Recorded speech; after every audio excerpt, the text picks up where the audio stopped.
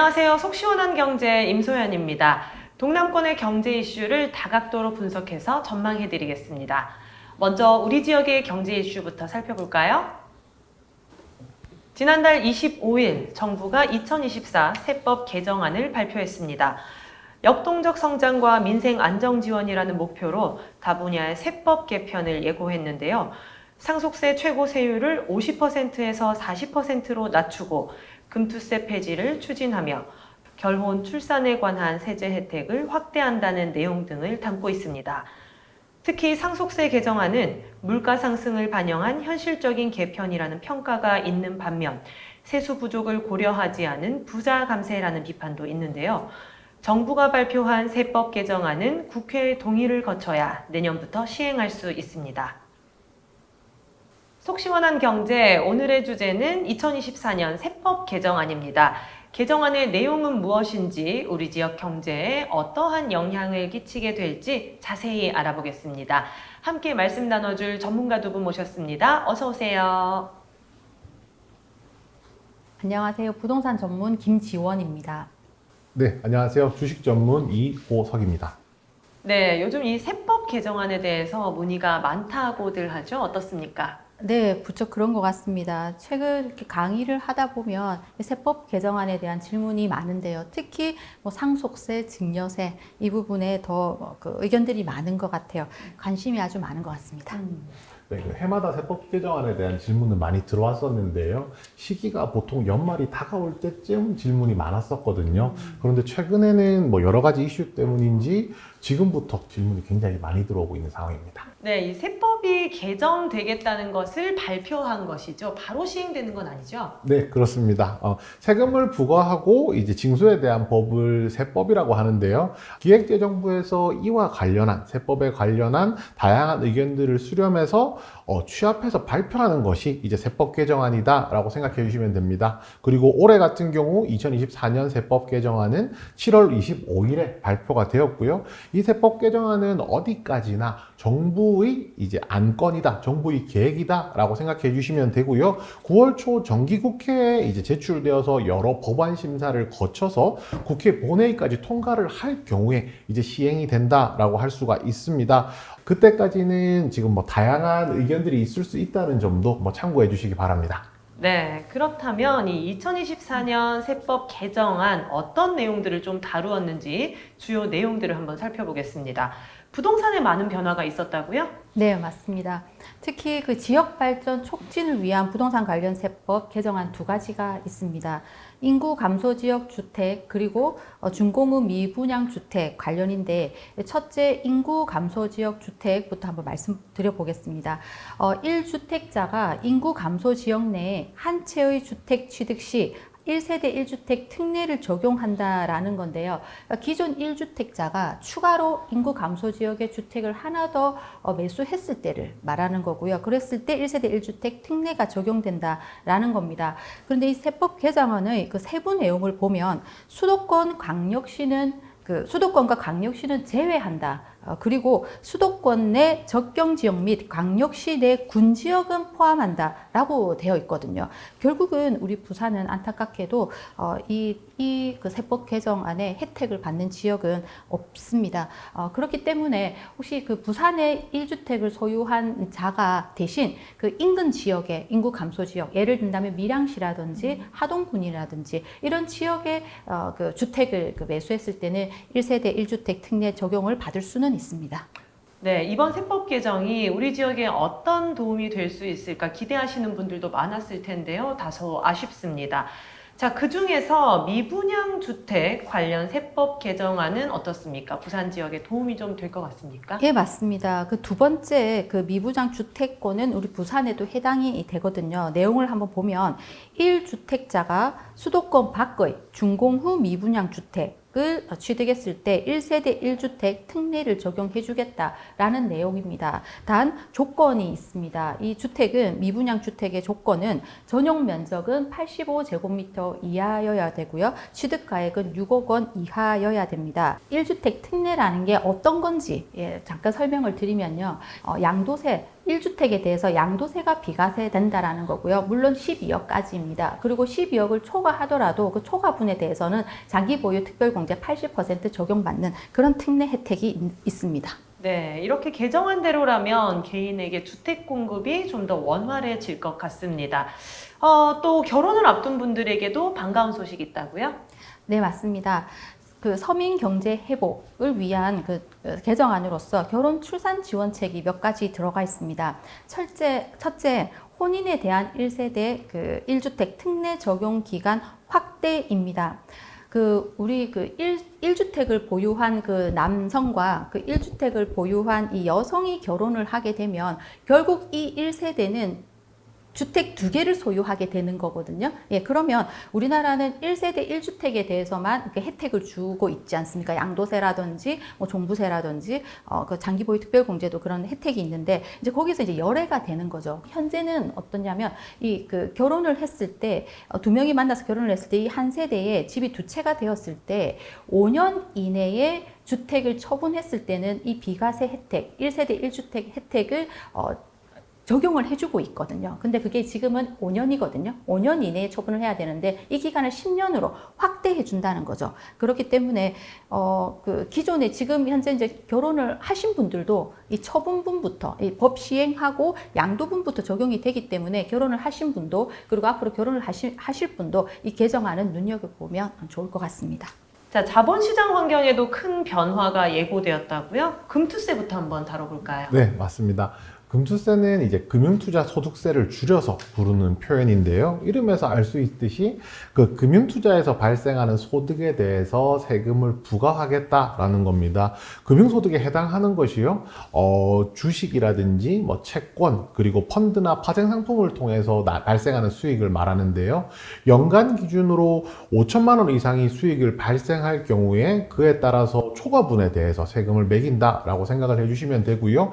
과세 같은 경우 세율 같은 경우에는 3억 이하 소득에 대해서는 지방소득세 포함해서 22% 그리고 3억을 초과하는 금액에 대해서는 지방소득세 포함해서 27.5%가 적용이 되고 있습니다.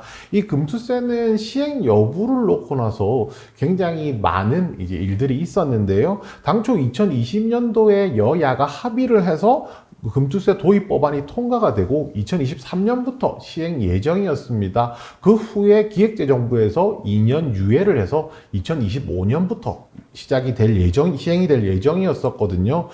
이런 과정 중에 올해 1월 2일이었죠. 윤석열 대통령이 금투세 폐지에 대한 것을 공식화하면서 금투세 폐지가 되는가라는 분위기가 나왔었는데요. 22대 총선에서 또 야당이 승리를 하게 되면서 또 다시 한 번 더 좀 불투명한 상황이 되었습니다. 2025년 시행이라면은 시간이 얼마 남지 않았기 때문에 더 이제 갑론을박이 심하게 오가고 있다라고 생각을 해볼 수가 있고요. 이제 금투세가 도입되게 되면 세금 부담 때문에 주식 투자를 하시는 분들이 조금 많이 줄어들 수도 있다. 그래서 뭐 증시 자체가 이제 다소 이제 힘을 잃을 수가 있다라는 우려감들이 있다라고 생각해 주시면 되고요. 반대로 이제 금투세 시행을 찬성하는 입장도 있습니다. 금투세 시행을 찬성하는 입장에서는 뭐 자본시장 선진화라는 것을 근거로 얘기를 하고 있는데요. 또 소득이 있으면은 세금이 있는 것이 뭐 당연한 것이고 일반적으로 이제 소액주주들 같은 경우에는 세금 부담이 거의 없다라고 현재 주장을 하고 있습니다. 그리고 이제 글로벌 과세 추세로 볼 때는 이러한 흐름으로 가는 것이 옳다라는 뭐 주장도 하고 있는 상황이고요. 여기에 더불어서 또 여기서 뭐 중간적인 이제 내용도 있습니다. 바로 이제 하고는 이제 완화에 대한 얘기도 나오고 있거든요. 금투세가 이제 금융자산을 보유하고 있는 것에 대한 그 증권거래세를 대신해서 생겨난 이제 그 거래가세인 양도소득세로 전환하는 것이기 때문에 폐지를 하는 것은 말이 안 되고 유예를 하고 부담을 완화시키는 방향으로 가보자라는 이야기도 나오고 있습니다. 결국 이런 부분들을 좀 종합적으로 얘기를 해보면 이 안건에 대해서 의견이 너무 많기 때문에 결론을 내는 것이 쉽지는 않아 보입니다. 네. 자, 투자와 소득에 의한 세금인 만큼 복잡한 것 같습니다. 부디 다수에게 이로운 방향으로 답이 도출되기를 기대를 해보면서요. 이번 세법 개정안 중에 개인이 투자하기에 좀 더 좋은 환경으로 될 것이다 라는 이야기도 있더라고요. 네, 맞습니다. 바로 ISA 세제 혜택 확대에 대한 이야기인데요. 그 ISA는 개인 종합자산 관리 계좌인데 이 한 계좌를 통해서 뭐 예금이나 뭐 ELS 펀드 같은 것을 할 수 있다라는 것이 특징이고요. 여기서 발생하는 이자 소득이나 배당 소득 같은 경우에 200만 원까지 비과세된다라는 특징을 가지고 있습니다. 그 절세를 통해서 재산 형성을 하는 것이 ISA 주 목적이고요. 또 매년 2천만 원까지 납입을 할 수 있고 의무 만기는 3년 그리고 최고 1억까지 간단하게 말해서 매년 2천만 원씩 입금한다라고 하면은 5년까지 넣을 수 있는 이 계좌라고 생각을 하시면 됩니다. 절세 혜택이 중요하겠죠. 1년에 200만 원까지는 비과세가 되고요. 200만 원을 초과하는 초과분에 대해서는 9.9% 분리과세가 적용이 되고 있습니다.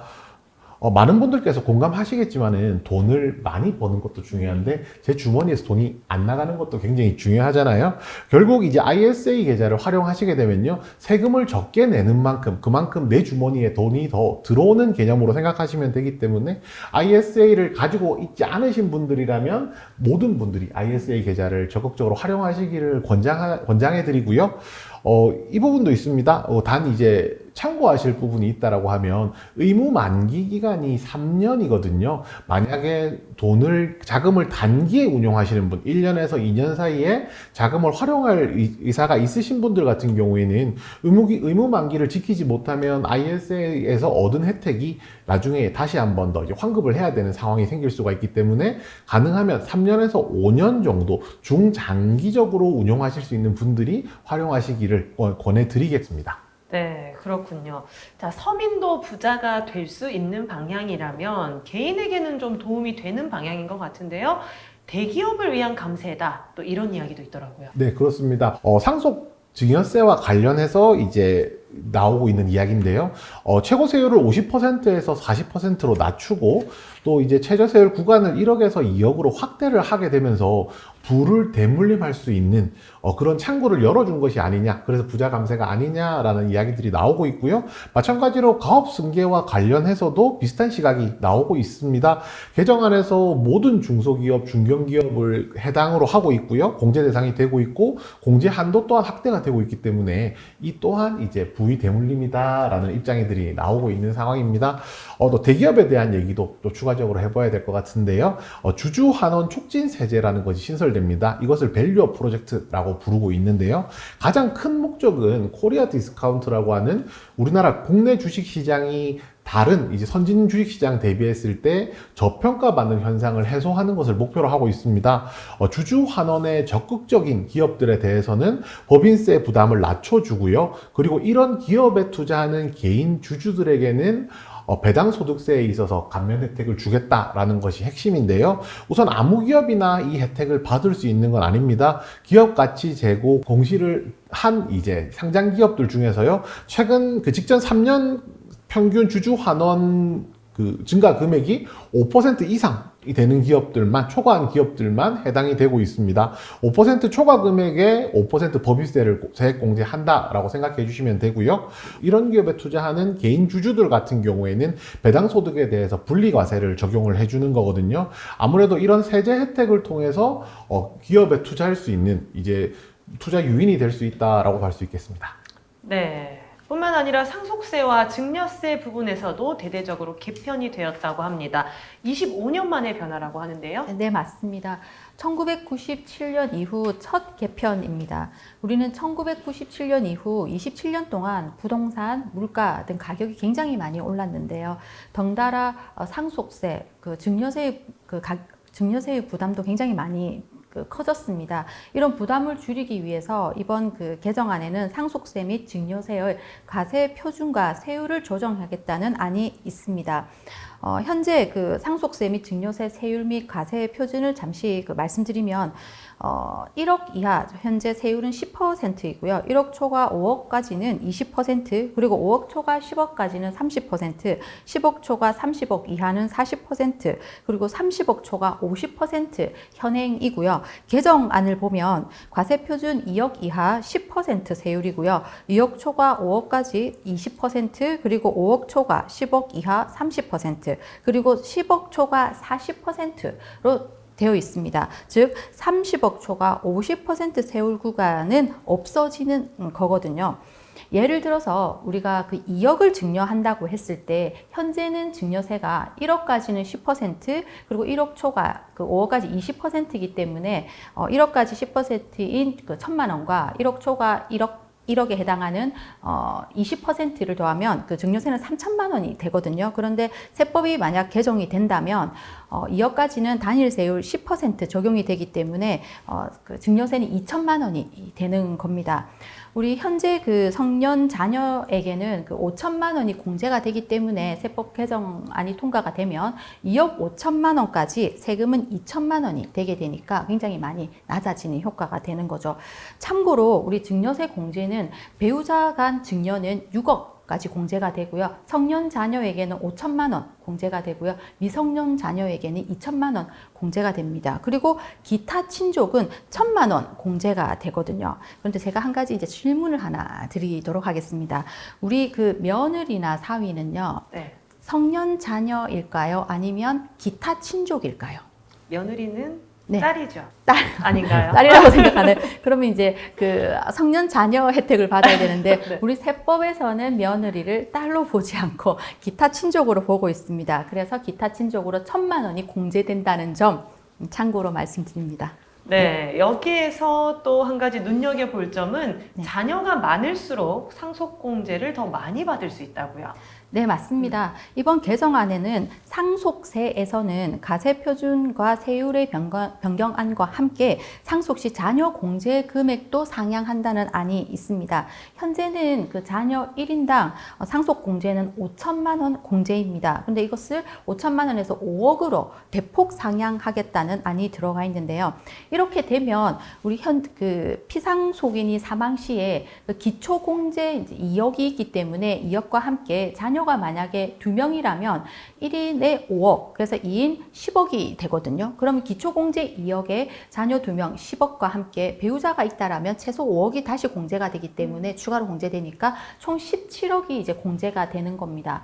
현재는 얼마가 공제되냐면 기초공제 2억 플러스 자녀 1인당 5천만 원이거든요. 그럼 2명이니까 이렇게 해서 이제 3억인데 이 3억을 선택하지 않고 일괄 공제 5억을 보통 선택합니다. 그래서 일괄 공제 5억에 배우자가 있기 때문에 최소 5억 해서 10억이 공제가 되는 거죠. 그렇기 때문에 세법안이 이렇게 확정이 된다면 10억이 아니라 그 내년부터는 17억이 공제가 되는 거니까 7억이나 무려 공제 금액이 올라갑니다. 7억으로 인해서 절세되는 상속세는 얼마일까? 물론 그 가정마다 그 과표기관이 달라지겠지만은 최소 1억 이상의 감세 효과가 있습니다. 네, 이런 내용으로 부동산세법이 개정이 된다면 우리 지역 동남권에서 혜택을 보시는 분들은 얼마나 될까요? 수도권의 중산층 쪽으로 좀 더 유리하지 않을까 하는 생각도 듭니다. 예, 맞습니다. 그런 부분이 이제 없지는 않다고 저도 생각합니다. 왜냐하면 그 2023년 가계복지조사에 따르면 우리 부산에는요, 한 가정당 그 평균 자산 금액이 약 4억 4천 정도이거든요. 그리고 이 평균이고요. 중앙값은 2억 4천만 원 정도밖에 사실 되지가 않습니다. 그렇기 때문에 이 상속세의 혜택이 아주 일부에게 해당되는 부자 감세라는 말이 이제 나오고 있는 거죠. 하지만 이 생각을 해보면 우리 부산에서도요, 그 도심지의 역세권 주위의 아파트를 보면 국민주택 규모 84제곱미터 이하, 84제곱미터만 봐도요, 사실 그 10억에 육박하고 있거든요. 그렇기 때문에 향후에는 이런 혜택을 받는 그 사람의 수가 굉장히 많이 늘어날 거라고 생각합니다. 네, 부동산 세법에도 관심을 가져야 하겠습니다만 반도체 산업처럼 국가 전략 기술 개발을 장려하는 그런 세법도 있다고요? 네, 그렇습니다. 그 국가전략기술 R&D 개발에 관련해서 세액 공제가 있는데요. 2027년 말까지 3년 연장이 되었습니다. 뭐 중견기업, 대기업 같은 경우에는 세액 공제율이 30에서 40%, 그리고 중소기업 같은 경우에는 40에서 50% 정도의 공제율이 적용되고요. 좀 중요한 사항이 있다라고 하면 혜택을 받는 적용 기술이 더 많이 확대되었습니다.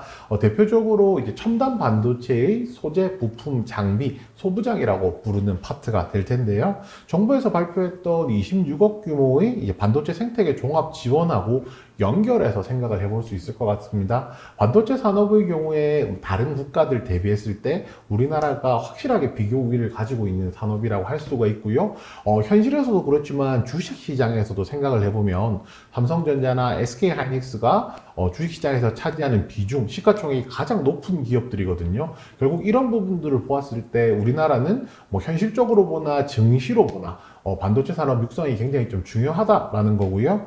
이런 부분에서 이제 정부도 이런 내용들을 인식을 하고 있는 것이고 이에 따른 육성 방안들도 나오고 있다라고 생각하시면 될 것 같습니다. 투자자들 입장에서 본다면 이런 기회죠. 이런 이제 포인트들을 잡아서 투자하는 것도 충분히 가능하다라고 생각을 하고 있는데요.